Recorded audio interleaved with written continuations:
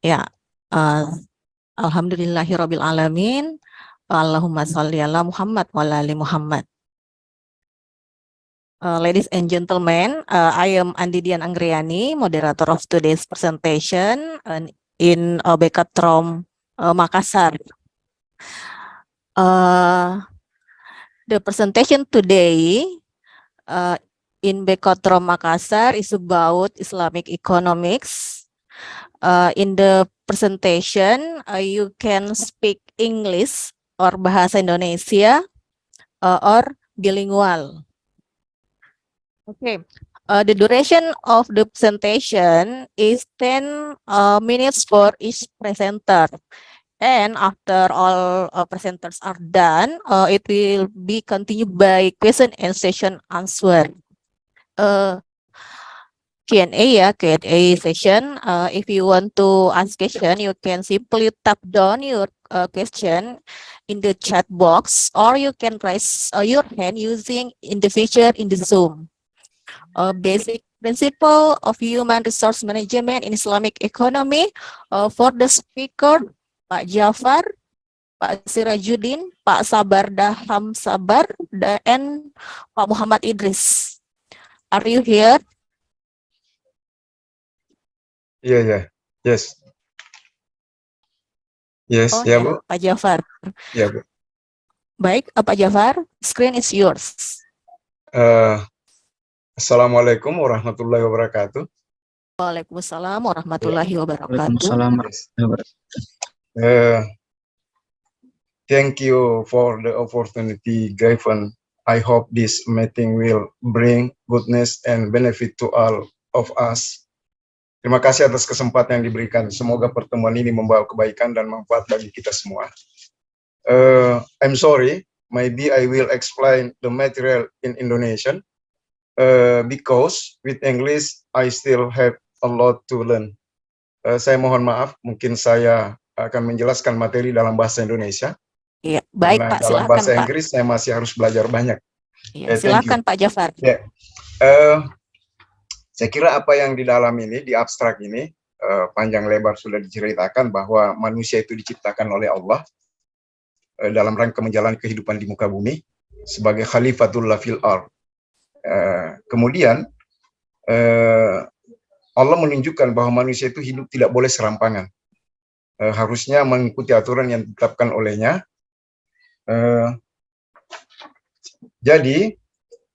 Namun kejadiannya berbeda bila dilihat banyak kerusakan yang terjadi di mana-mana di muka bumi ini. Terjadi perang, eksploitasi besar-besaran, kadang tidak memperhitungkan kerusakan lingkungan. Kejahatan di mana-mana, di masyarakat kadang sulit untuk dideteksi. Selanjutnya, however many good things, namun demikian, kebaikan banyak pula terjadi di muka bumi, yaitu mereka yang mengakui dan mengikuti ketentuan dan tuntunan yang diberikan oleh ajaran agama, terutama mereka yang sadar bahwa ciptaan mereka adalah menjadi makhluk harus memanage bumi ini.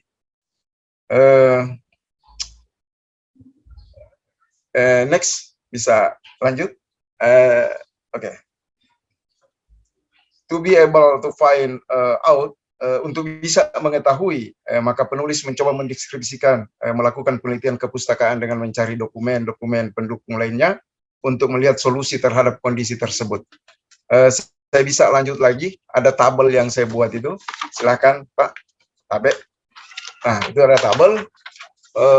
Ini konsep yang saya buat, tapi sebetulnya konsep ini sudah dilahirkan al-insan al-mutafawik, konsep atau basic superior human konsep. Konsep manusia yang unggul, manusia super. Yang pertama Allah menciptakan, itu jelas itu bahwa Allah menciptakan khalifah di muka bumi. Sebagai khalifah di muka bumi, khalifatullah fil ardh, seperti dikatakan kemarin, wa isqala rabbuka lil malaikati adamah. Kemudian itu dilanjutkan terus bahwa Allah ingin menciptakan makhluk yang menjadi khalifah di muka bumi, tetapi malaikat menyangka apakah engkau akan menciptakan yang melakukan pertumpahan darah. Malaikat mengatakan ini tentu sudah pernah ada alasan. Menurut cerita ya, menurut yang kita pahami oleh orang-orang Islam bahwa jauh sebelum manusia diciptakan ada makhluk lain yang menghuni bumi ini. Mungkin pernah terjadi kerusakan di muka bumi sehingga malaikat memberikan komentar seperti itu. Tapi Allah lebih tahu daripada malaikat-malaikatnya sendiri. Nah, inilah khalifah ini, bahwa Allah mengetahui bahwa ia menciptakan manusia untuk menjadi khalifah, itu tentu ada alasan. Jangan sampai ada ketidakteraturan yang terjadi di muka bumi ini. Nah, bayangkan Allah sudah tahu hambanya ini yang menjadi khalifah, kemudian coba dilihat lagi, yang kedua itu pengakuan keesaan Allah.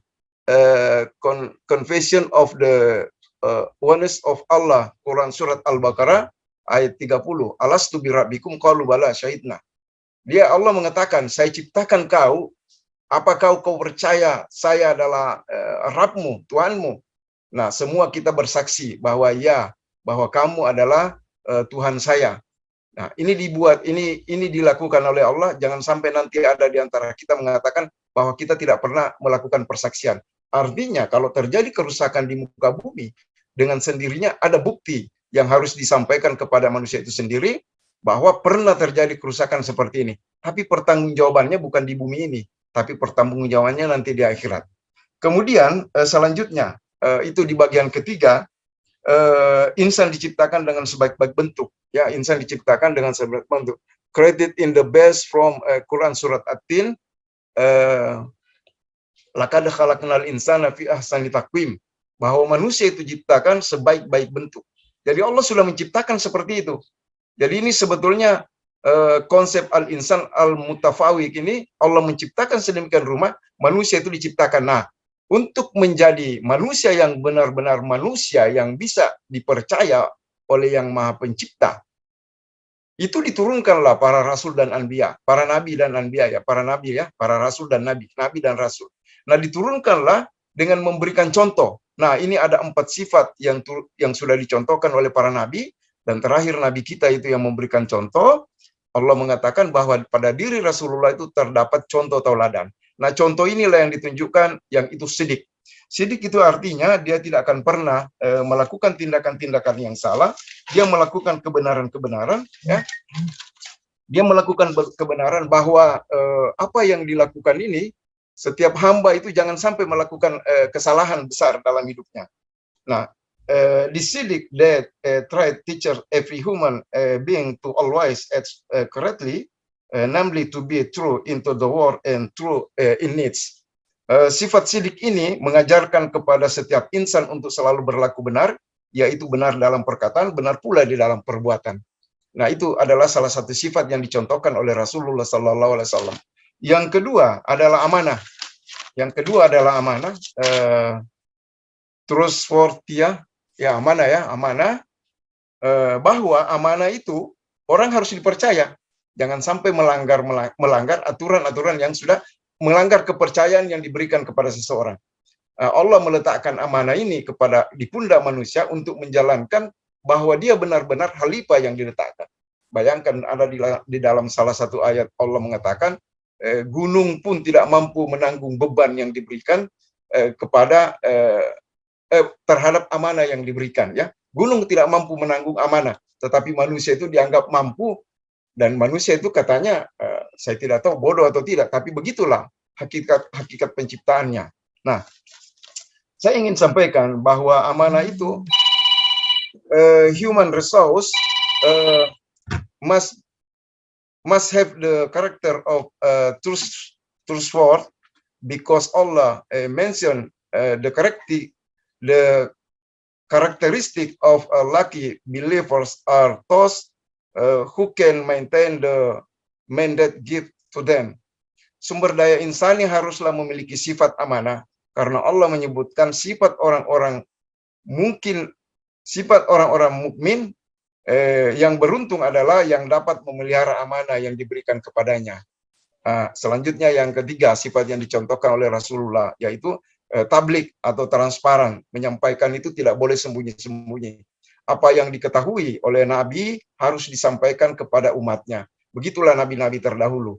Nah, begitulah sebetulnya yang harus dilakukan. People who have the nature of tablik will convey something with the right weight and right words, and will not reduce or add something saying that is not true. Orang yang memiliki sifat tablik akan menyampaikan sesuatu yang benar atau berbobot dan dengan tutur kata yang tepat, tidak akan mengurangi ataupun menambah sesuatu perkataan yang tidak benar.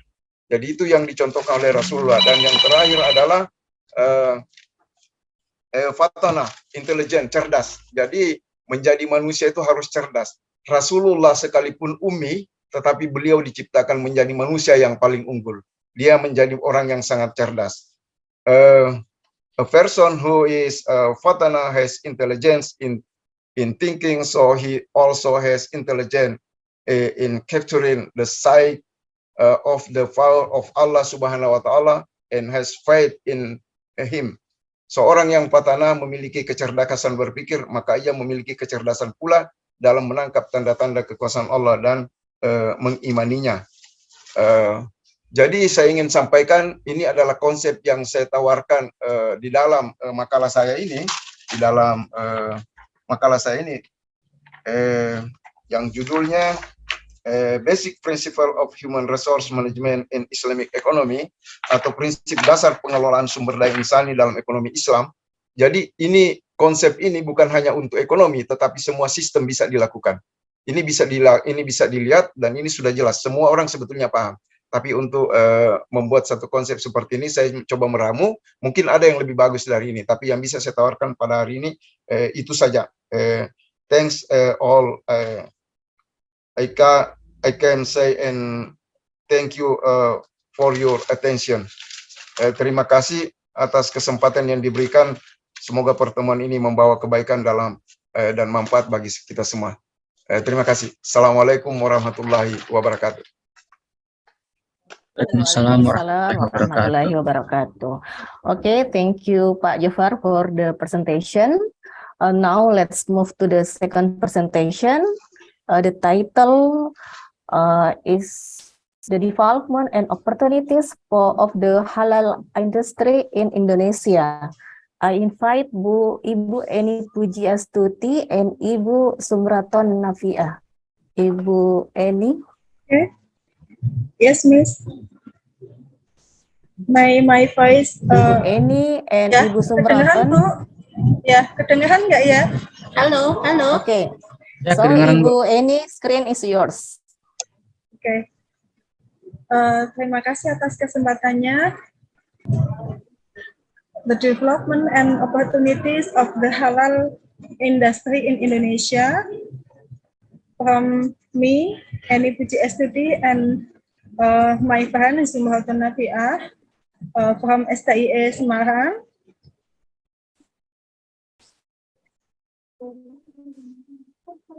Okay, based on the Global Islamic Economy Report 2022, it is estimated that 109 billion Muslims worldwide will spend the equivalent of $2 trillion by 2021 across the food, pharmaceutical, cosmetic, fashion, travel, and media or recreation sectors of the halal industry. The expenditure reflects a year-on-year growth of 8.9% from 2020, with Islamic financial assets estimated to have grown to $3 trillion in 2021. Up 7.8%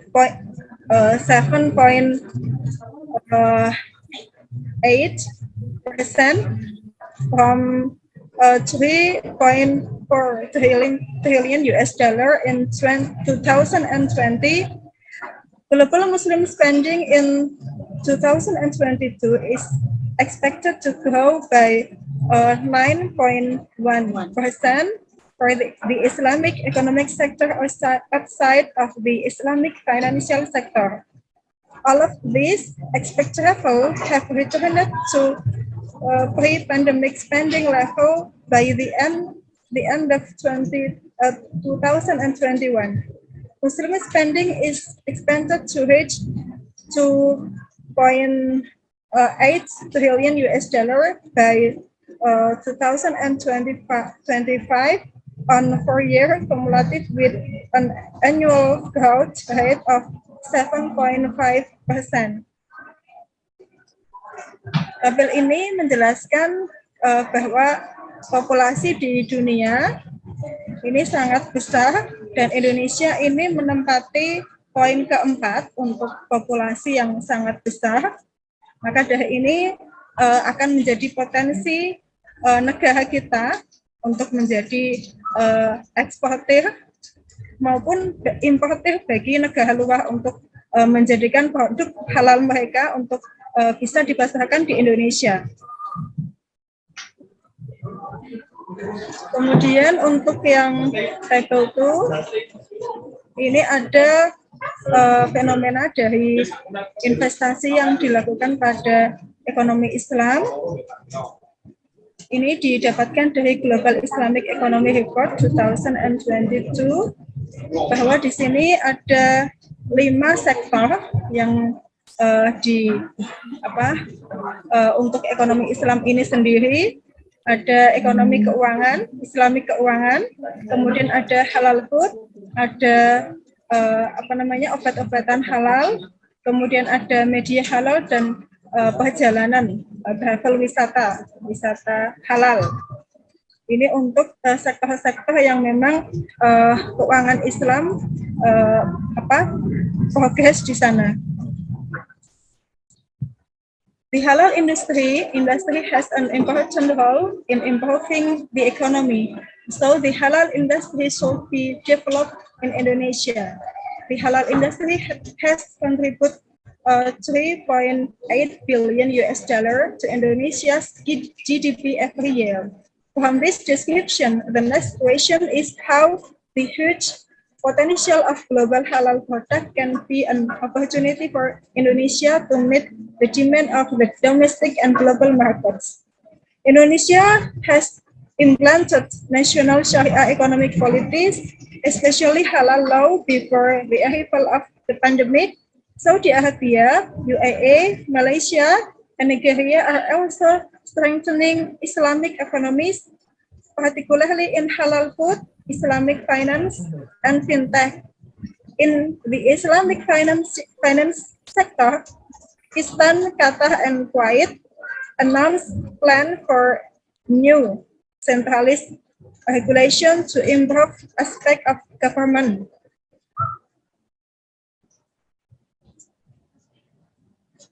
Our methods, this research is a descriptive research, qualitative with a phenomenological approach, descriptive qualitative approach, and effort understand the various concepts found in the research process by using content analysis technique like research. Context techniques analysis is a research method used to find out the conclusion of reveals the author ideas which are manifested as well as latent. This research is library research with using secondary data obtained through scientific articles and other relevant documents. The data obtained is then analyzed by producing a descriptive explanation in the form of words, pictures, or symbols that are linked with the object of this research. Result and discussion. Indonesia's position compared to other countries in halal industry will be categorized based on several sectors, namely sector Islamic finance, halal food sector, halal tourist sector, and sector Muslim fashion. Sector finance Islamic. In the Islamic financial sector, Islamic banking in Indonesia started fashion since the 1990s, namely in 1992, this industry began at the beginning of the development of the establishment of the first Islamic commercial bank in Indonesia, namely Bank Muamalat. Indonesia has experienced good development, including by merging Islamic banks so that it's become a considerable banking force. Indonesia's Islamic finance position as of September 2021, total asset Islamic finance Indonesia, excluding Syariah, reached 159.33 billion US dollars. Indonesia's Islamic financial market share reached 10.19% of the total market in Indonesia. Berikut adalah tabel yang menjelaskan bagaimana posisi potensi keuangan Islam di Indonesia yang meliputi dari perbankan syariah, kemudian ada perusahaan asuransi syariah, kemudian ada institusi syariah, kemudian ada institusi di luar non-bank Islamik, kemudian ada sukuk, kemudian ada mutual fund, kemudian ada sukuk dari negara, kemudian ada saham dari kapitalisasi syariah, dan saham syariah.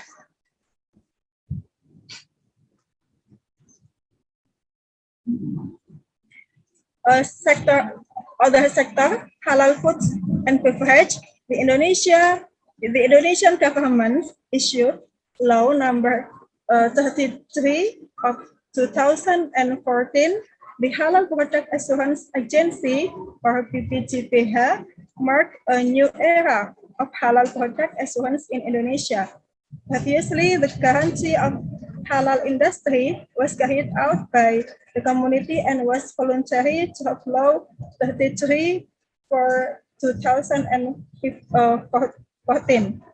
The task of JPH shifted and became the responsibility of the state or government and was mandatory. BPJPH said that until Excuse me, Ibu Eni Puji. Now we have 1 minute to conclusion, please. Okay. For the halal travel, ini untuk yang travel atau wisata halal. Di sini memang Indonesia belum menjadi tujuan utama untuk wisata halal bagi turis-turis asing. Makanya di sini memang untuk 5 besar Indonesia tidak mendapat tempat. Kemudian untuk yang fashion industry di sini memang termasuk salah satu industri yang tidak terkena dampak dari pandemi selain mungkin dari sisi industri kesehatan dan makanan, karena ini industri halal untuk fashion industry ini masih sangat berkembang untuk di Indonesia. Okay, Miss, thank you for my presentation. Okay, thank you, Ibu Eni Puji, for the insightful presentation. Now let's move to the third presenter. Stop share. Okay. Ibu Fauzia, are you here? Ibu Fauzia and team? Iya, ada. Oh, Ada, iya. hadir. Baik, terima kasih. Assalamualaikum warahmatullahi wabarakatuh. Waalaikumsalam warahmatullahi wabarakatuh. Baik, saya di sini mempresentasikan dengan menggunakan bahasa Indonesia. Ya, Jadi, silakan Ibu Fauzia. ya, terima kasih. Terima kasih atas kesempatan yang diberikan. Judul materi atau paper saya hari ini adalah prinsip-prinsip akad transaksi ekonomi Islam dalam mereduksi moral hasar. Saya di sini bersama dengan Bapak Sirajuddin, Bapak Sabar Daham Sabar, kemudian ada Bapak Muhammad Adam HR, dan Ibu Sapiani. Selanjutnya di pendahuluan dijelaskan di sini bahwa dalam ekonomi Islam itu telah membuat suatu peraturan atau ketentuan yang ketentuan itu harus disyariatkan oleh Allah Subhanahu wa taala, sehingga peraturan itu atau ketentuan itu harus dipatuhi oleh seorang muslim karena memiliki konsekuensinya secara spiritual. Nah, kemudian kesepakatan merupakan poin penting dalam transaksi ekonomi. Karena dengan adanya untuk mencapai kesepakatan itu dalam suatu perjanjian, maka diperlukan sebuah akad yang mengikat para pihak dalam hukum Islam disebut juga dengan sebagai akad. Selanjutnya,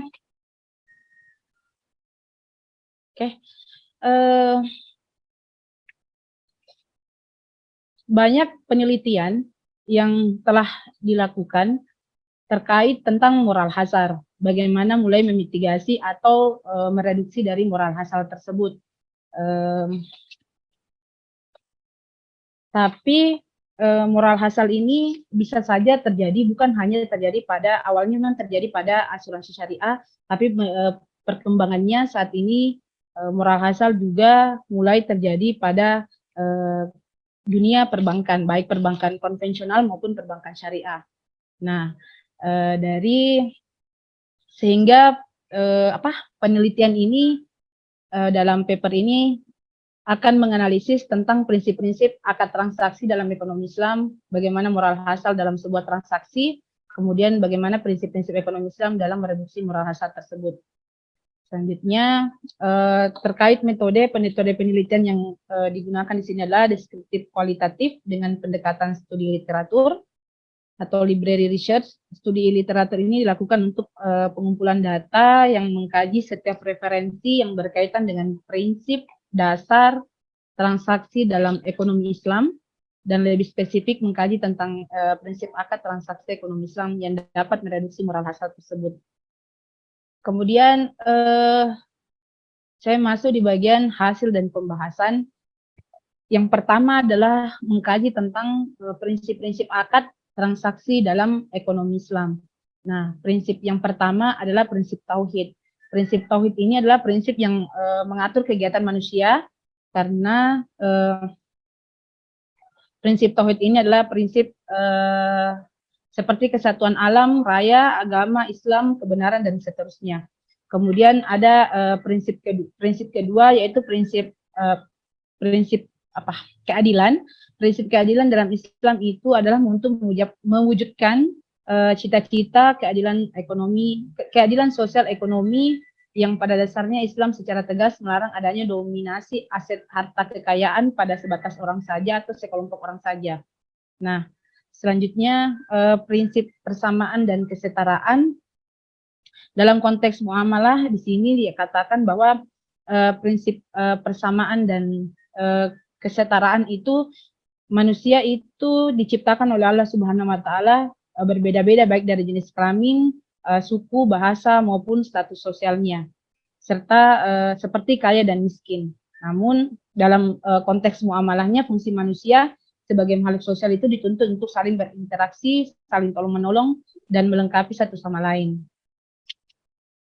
Selanjutnya, prinsip keempat adalah prinsip kejujuran dan kebenaran. Nah, prinsip kejujuran ini merupakan prinsip yang fondasi utama atas tegaknya nilai kebenaran, karena jujur itu identik dengan kebenaran. Nah, kejujuran dan kebenaran merupakan prinsip akad dalam Islam sebagai syarat sah bagi legalitas suatu akad. Kemudian kejujuran di sini merupakan keselarasan antara kata dan perbuatan, kesesuaian antara kata dan fakta. Yang terakhir ada prinsip kepercayaan. Kepercayaan atau amanah memiliki makna al-wafa atau memenuhi atau menyampaikan dari sebuah titipan. Nah, kemudian selanjutnya ada moral hazard in transaction. Nah, moral hazard di sini sebenarnya bisa didefinisikan dalam empat berdasarkan kondisi yang berbeda. Nah, yang pertama, moral hazard itu terjadi karena kondisi dari monitoring. Jadi moral hazard itu bisa saja terjadi karena tidak adanya monitoring atau controlling dari agen tersebut, sehingga terjadilah asimetri informasi karena salah satu pihak saja yang bisa mendapatkan informasi yang lebih lengkap. Kemudian kedua, moral hazard terjadi karena adanya undesirable behavior production, yaitu adanya perilaku yang tidak diinginkan. Nah, agen tidak cukup menjamin tindakannya akan menguntungkan prinsipal atau bisa mengurangi kerugiannya. Kemudian yang ketiga adalah moral hazard terjadi karena hasil yang tak diinginkan. Yang keempat, moral hazard sebagai bentuk dari moral disability. Selanjutnya, moral hazard itu sebenarnya pada dasarnya itu muncul karena seseorang individu atau lembaga yang tidak konsekuen secara penuh dan tidak bertanggung jawab atas perbuatannya, dan karena cenderung untuk bertindak kurang hati-hati untuk melepas tanggung jawab atas konsekuensi dari tindakannya kepada pihak lain. Kemudian moral hazard itu pada saat ini bisa saja terjadi pada beberapa transaksi. Misalnya pada transaksi lembaga filantropi Islam seperti lembaga zakat. Nah, transaksi terkait dengan lembaga zakat. Nah, kenapa lembaga zakat menjadi transaksi misalnya pada transaksi lembaga filantropi Islam seperti lembaga zakat dan wakaf. Nah, yang rentan dipicu karena adanya informasi asimetri atau informasi yang hanya diketahui oleh salah satu pihak saja. Nah, sehingga pihak lain tidak mengetahui informasi tersebut dan dapat mengakibatkan kerugian. Dan hal ini merupakan suatu tindakan penipuan. Terkait hal tersebut, ada beberapa faktor yang mengakibatkan seseorang melakukan penipuan. Antara lain, yang pertama ada faktor pressure, yaitu tekanan, kemudian faktor opportunity, kesempatan, faktor rasionalisasi, kemudian yang terakhir adalah faktor capability. Kemudian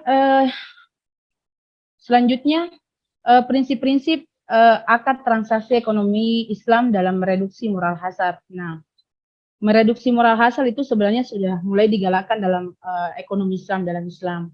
Moral hazard awalnya memang muncul di kegiatan di lembaga asuransi, kemudian muncul lagi di perbankan. Seperti yang saya jelaskan tadi di awal di latar belakang. Nah, guna menghindari segala kerusakan yang terjadi akibatnya ada asimetri informasi. Nah, pada dasarnya moral hazard dapat direduksi dengan mencoba menginternalisasi prinsip-prinsip akad transaksi ekonomi Islam, sehingga kepercayaan masyarakat terhadap lembaga keuangan syariah seperti lembaga zakat dan wakaf dapat meningkat. Selanjutnya, pentingnya kepercayaan masyarakat terhadap lembaga zakat dapat dilihat dari tuntutan masyarakat yang menginginkan adanya transparansi dan akuntabilitas dari lembaga zakat agar lembaga tersebut dapat menyalurkan zakat dengan sasaran yang tepat. Yang pertama, moral hazard ini disejajarkan dengan tindakan penipuan yang didukung oleh beberapa faktor dan direduksi dengan prinsip akad transaksi ekonomi Islam. Faktor pertama adalah faktor pressure. Faktor pressure ini adalah faktor adanya beberapa tekanan. Nah, tekanan ini baik dari keluarga maupun tekanan dari eksternal. Seperti contohnya adalah adanya pendapatan yang tidak mencukupi. Jika dilihat dari lembaga zakat, maka moral hazard bisa saja terjadi ketika seseorang amil zakat atau pengelola zakat dengan penghasilan yang kurang dapat melakukan moral hazard tersebut. Namun hal ini bisa direduksi dengan memasukkan prinsip tauhid, yaitu selalu menghadirkan Tuhan dalam aktivitas muamalahnya. Sebenarnya hal ini kalau didengar itu merupakan hal yang sangat sederhana, namun prinsip kejujuran dan kebenaran akan tumbuh dengan sendirinya seiring rasa syukur selalu diterapkan dalam kehidupan. Kemudian bersyukur terhadap apa yang dimiliki dan tidak memaksakan kehendak terhadap sesuatu yang tidak mampu dimiliki.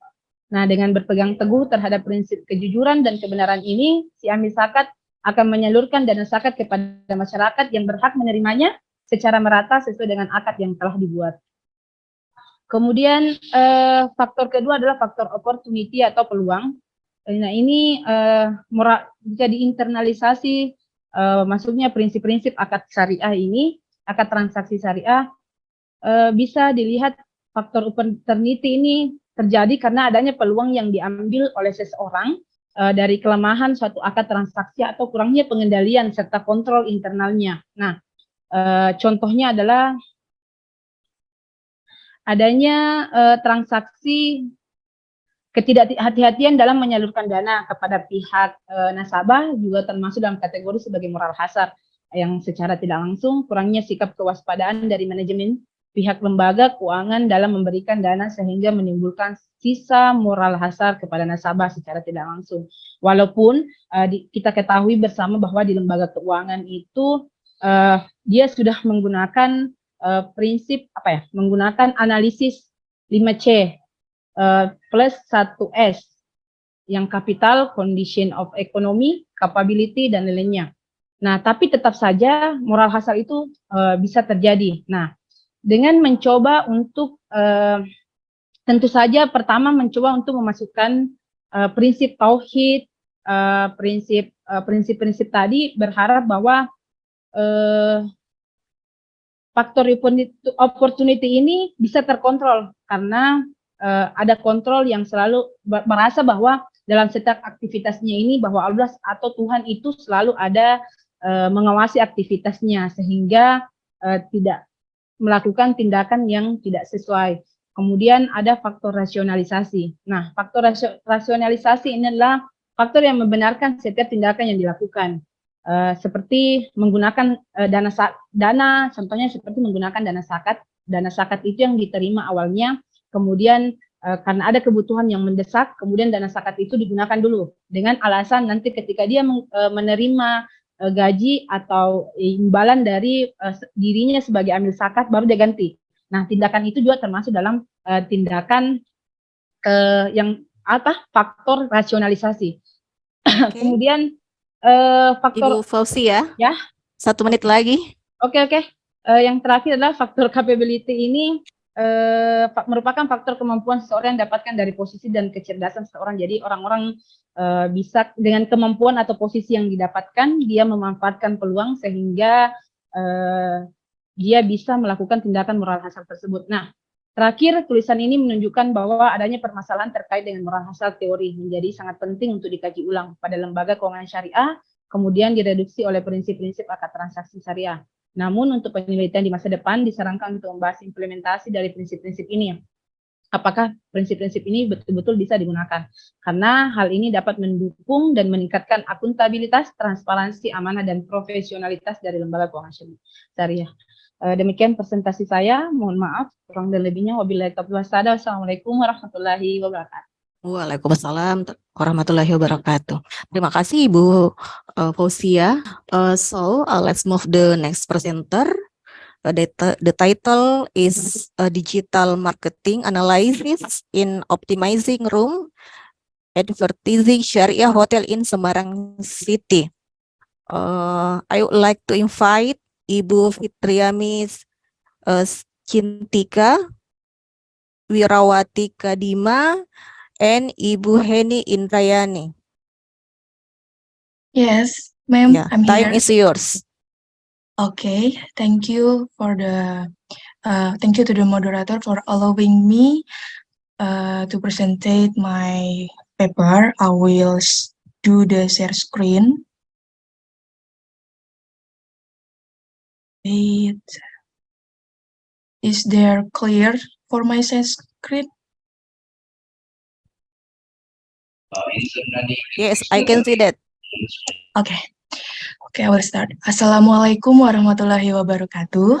Good afternoon, ladies and gentlemen. Let me introduce myself. My name is Fitriami Cintika Wirawati Kadima. I'm on 7th semester student in Dian Nuswantoro University Semarang, Central Java. In here, I would like to present about my paper. The title is Digital Marketing Analysis in Optimizing Room Advertising Syariah Hotel in Semarang City, case study at Gracia Hotel Semarang. And in here, I want to introduce you about my second author. She is my lecturer. Her name is Heni Indrayani. Okay, I'm going to the first explanation. This is the background or the introduction. According from Indonesian Ministry of Tourism and Creative Economic, Indonesia Tourism and Accommodation has been recorded as having risen to the second place in the Global Travel Muslim Index in 2022. It makes a big impact and a big potential for Indonesia halal tourism, especially for the Syariah hotel accommodation through digital marketing communication. Why digital communication? Because digital marketing communication have a wide segmentation reach by using internet. And for the halal Sharia concept, I do the observation in Gracia Hotel Semarang because this hotel have a Sharia concept, halal certificate from Indonesia Ulema Council, and also the best Muslim-friendly hotel nominee from PHRI Central Java or Indonesia Hotel and Restaurant Association in Central Java. So the problem in this study is how digital marketing activity implemented at the Gracia Hotel Semarang can be optimized the room advertising, and the purpose of this study is describe the analysis of digital marketing activities applied at Gracia Hotel Semarang so they can optimize the room advertising. Move to the next. I did my research method by qualitative and case study approach with interpretive paradigm. The research object are digital marketing communication and advertising activity, and I use the primary data by observation and interview with general manager, front office manager, sales marketing manager, and some review from online travel agent and trip advisor. And I use the secondary data by books, journal, article, social media, website, and documentation. So we are going to the result and discussion. Here my models discussion. I will explain one by one. The first is Gracia Hotel Semarang as a Sharia hotel. Move to the digital marketing channels. Move to the room advertising approach. So the guests can felt the experience stay in the Gracia Hotel Semarang. So the first is Gracia Hotel Semarang based on Syariah Hotel Regulation according to the Fatwa MUI National Syariah Council number 108 DSN Indonesia Ulema Council October 2016. Gracia Hotel Semarang is a 3-star hotel that have Syariah concept and halal certificate from Indonesia Ulema Council for the food and beverage, and also this hotel have facility that provide mosque, prayer mats, Al-Quran, and Hadith book in each room of the hotel, and also the staff, especially the women staff, are use hijab for work, and also this hotel have regulation that didn't allow if there any guests not muhrim or not the couple marriage to stay in this hotel. And for the financial payment, it used by Syariah financial method like BSI or Bank Syariah Indonesia. And also for the digital marketing channels, the first one is online travel agent or OTA. Gracia Hotel Semarang are often use this OTA, but usually or often use the Traveloka or Ticket.com for do the reservation. And other case for the rating review, this is have a good impact have a big impact in this hotel because every guest, if they want to stay at hotel, they show the testimonial first before they are stay. So these are example for the review, positive review and negative review. The positive are the good facility, the good service excellent, and the best price. And for the negative review are this hotel have been operated since 1994. So the millennials are usually didn't want to stay because feel like this hotel is too old. Next is website. This website hotels explaining about the information, the profile hotels, the facility, and of course the contact person. The next is social media marketing. Gracia Hotel are often share the promotion content via Instagram, WhatsApp, and email. But for the photo and video are usually used by Instagram and WhatsApp email for the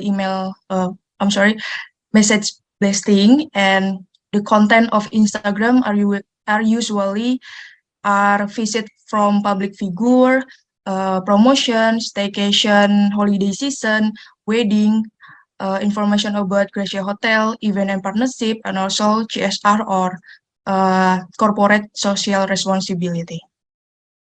And we are moved to room advertising approach, how to optimize room advertising. Gracia Hotel Semarang are often did the first one is by give the TOME or top of mind awareness. This is give the tagline or give the mindset to the guest, so the guest will always remind the Gracia Hotel Semarang and want to stay in Gracia Hotel Semarang. And the second one is persuade, how to persuade by give the discount promotion, by complimentary or treatment, give the room voucher, resto voucher, and give the information about new launching product. And the third is reminding, how to reminding Gracia Hotel Semarang are usually remind from social media like email and WhatsApp by blasting message, and did a greeting complimentary, for an example like birthday complimentary or birthday greeting for the guest. And the fourth is adding value. Gracia Hotel Semarang are often say and mention that this hotel is a Syariah concept and have a halal certificate from Indonesia Ulema Council. And near from this hotel is near by tourism place, government place, and public area. The last is by assisting. Gracia Hotel Semarang usually did upgrade concept decoration for new atmosphere like Ramadan decoration, Indonesia Independence decoration, and launching product promotion. And also Gracia Hotel Semarang are usually do the internal evaluate discussion every period, such as weekly, monthly, semester, and annually. So for the last, I know this paper had many limitations for myself and as an author. I am apologize if there are any mistakes. Thank you very much for your attention. Wassalamualaikum warahmatullahi wabarakatuh.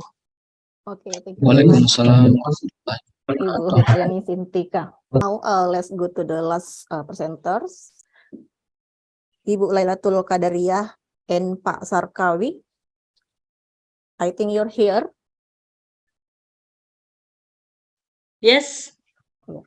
So, for Ibu Lailatul Qadariyah and Pak Sarkawi, time is yours.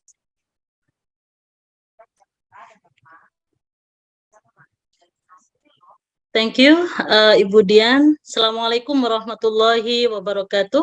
Waalaikumsalam warahmatullahi wabarakatuh. Okay.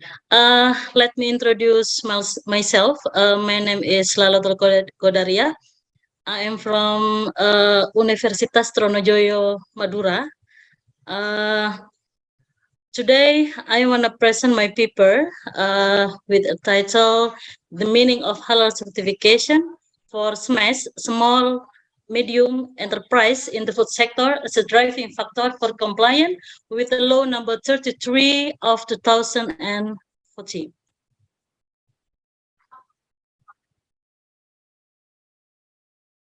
This is the background of our research. The halal issue in recent years has become an unstoppable trend in Indonesia and abroad.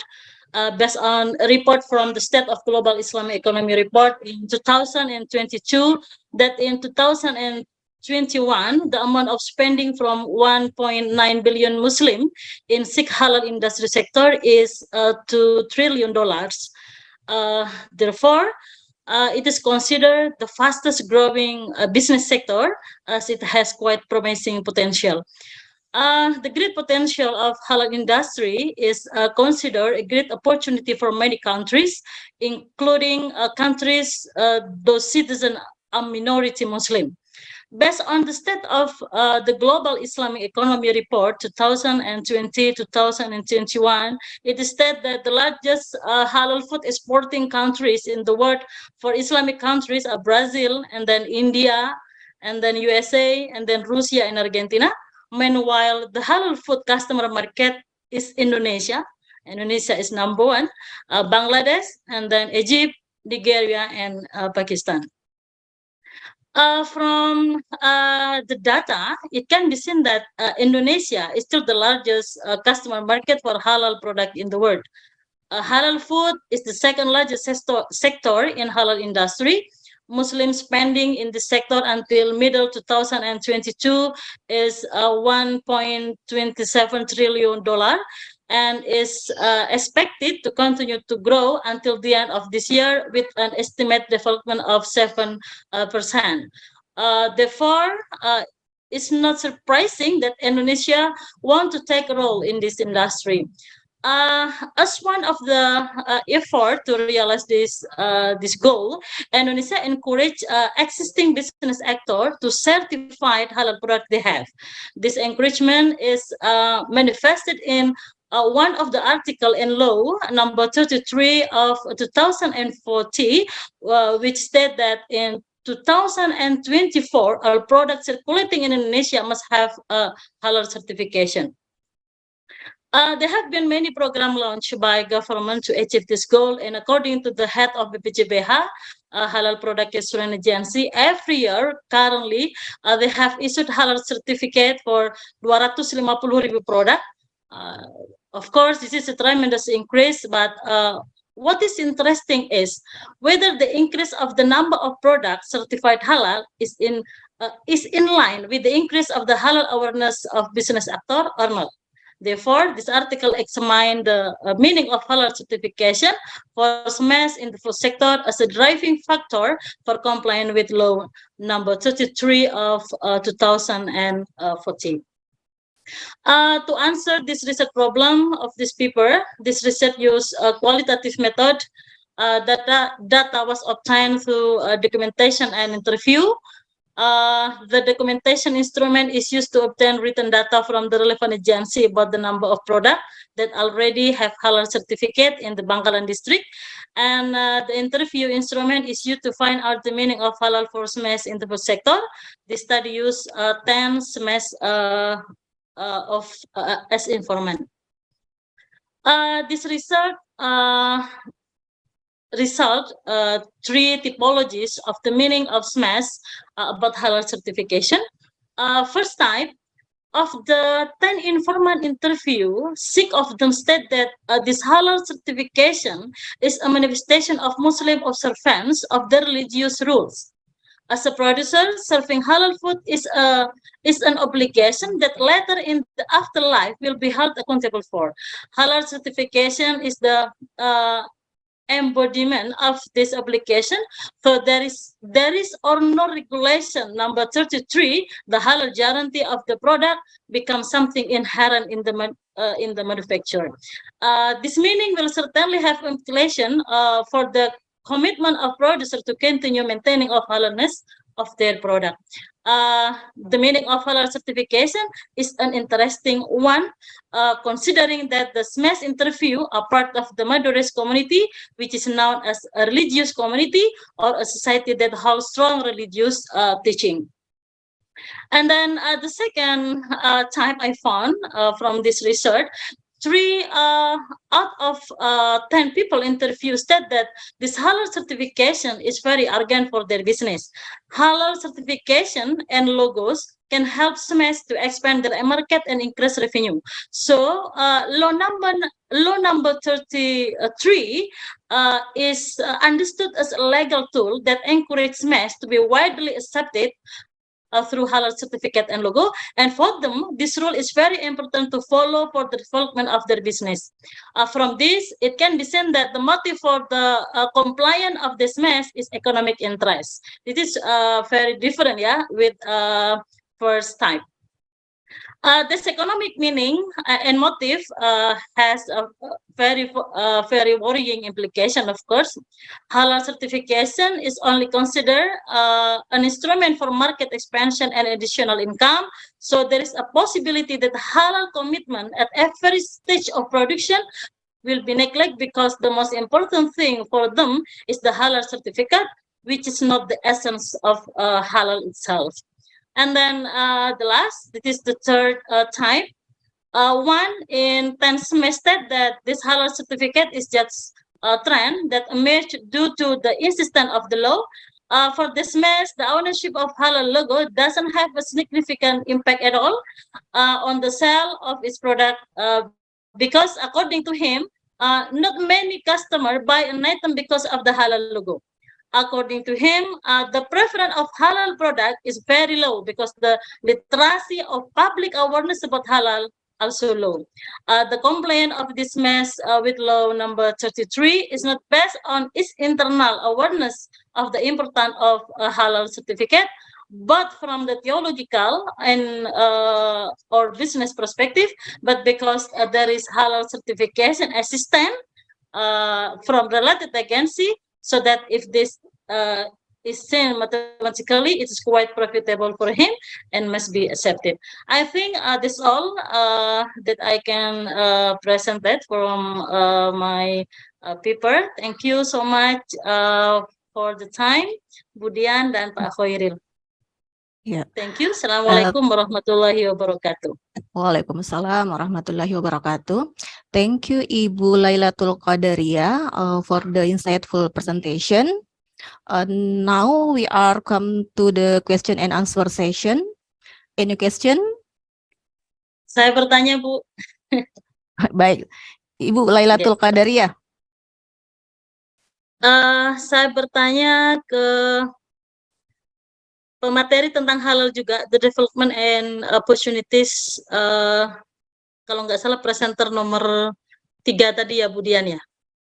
Semoga masih ada di room ini. Presenter nomor 2, Ibu Eni Puji Astuti dan Ibu Sumroton Nafiah. Ya, semoga masih ada, Ibu. Iya. Apakah masih ada? Ada. Oke, baik. Kebetulan kajian saya rata-rata tentang halal, dan kebetulan Bu Eni dengan Bu Zumrotin ini juga berbicara tentang halal. Tadi sepertinya tidak selesai presentasinya, jadi ada yang sempat terputus begitu tentang perkembangan dan opportunities ya, peluang halal industri di Indonesia. Berdasarkan data dari Global Report yang tadi disampaikan dan juga saya sampaikan di makalah saya, itu dikatakan bahwa Indonesia ini sejauh ini masih belum menjadi pelaku utama dalam industri halal ya, sebagai produser, tetapi sebagai konsumen dia pasar terbesar.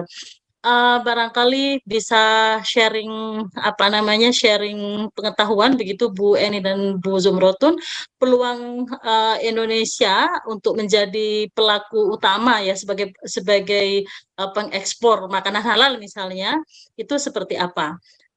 Kalau kita mengkajinya hanya karena orang Indonesia ini mayoritas adalah umat Islam, saya pikir ini perlu kita kaji lebih mendalam lagi gitu kan, hal-hal apa saja yang kemudian menjadi peluang dalam hal ini. Terima kasih, Bu Dian.